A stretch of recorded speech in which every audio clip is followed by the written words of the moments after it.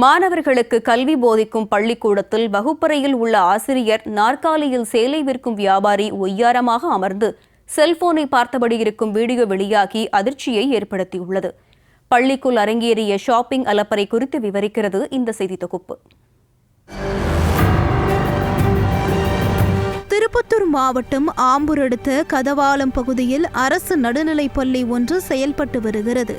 சுற்றியுள்ள கிராமங்களைச் சேர்ந்த 200க்கும் மேற்பட்ட மாணவ மாணவிகள் இங்கு கல்வி பயின்று வருகின்றனர். பள்ளி வேலை நேரங்களில் பள்ளி வளாகத்திற்குள் புடவை மற்றும் வளையல் வியாபாரிகள் அடிக்கடி வந்து செல்வது வழக்கமாக இருந்ததாக கூறப்படுகிறது. பள்ளி நிர்வாகம் இதற்கு மறுப்பு தெரிவித்து வந்ததாக கூறப்பட்டாலும் தற்போது வெளியாகியுள்ள காட்சி மொத்த கதையும் தலைகீழாக மாற்றியுள்ளது.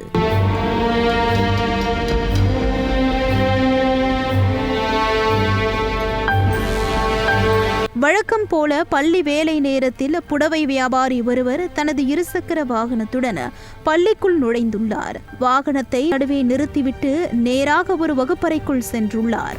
அங்கு பாடம் நடத்த வேண்டிய ஆசிரியர் அமரும் நாற்காலியில் காலின் மேல் கால் போட்டுக்கொண்டு மிகவும் ஹாயாக அமர்ந்து செல்போனை பார்த்தபடி இருந்துள்ளார்.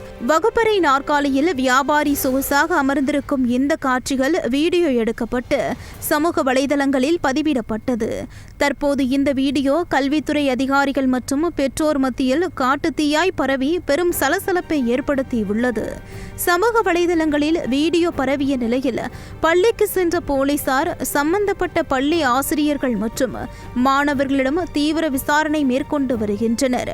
பள்ளி நேரத்தில் புடவை வியாபாரியை வரவைத்த ஷாப்பிங் பிரியர்களான ஆசிரியர்கள் யார் என்பதை கண்டறிந்து அவர்கள் மீது உடனடியாக துறை ரீதியான கடுமையான நடவடிக்கை எடுக்க வேண்டும் என கல்வித்துறை உயரதிகாரிகளுக்கும் மாவட்ட ஆட்சியருக்கும் பொதுமக்கள் மற்றும் பெற்றோர் சங்கத்தினர் கோரிக்கை விடுத்துள்ளனர்.